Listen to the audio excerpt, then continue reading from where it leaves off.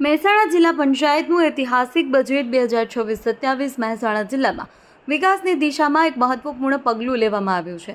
Mehsana district panchayat દ્વારા આગામી નાણાકીય વર્ષ 2026-27 માટે ₹2454 કરોડનું ભવ્ય અને વિકાસલક્ષી બજેટ રજૂ કરવામાં આવ્યું છે, જેને ઐતિહાસિક ગણવામાં આવી રહ્યું છે। બજેટમાં આશરે ₹544 કરોડની પુરાંત રહેવાની શક્યતા વ્યક્ત કરવામાં આવી રહી છે, જે જિલ્લા પંચાયતની મજબૂત નાણાકીય સ્થિતિ દર્શાવે છે।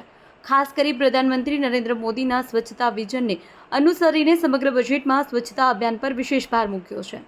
જિલ્લામાં સ્વચ્છતા મિત્ર ટીમોની રચના માટે 10 લાખની ખાસ જોગવાઈ કરવામાં આવી છે, તેમજ પ્લાસ્ટિક અને ઘન કચરાના વૈજ્ઞાનિક નિકાલ માટે માસ્ટર પ્લાન તૈયાર કરવામાં આવશે।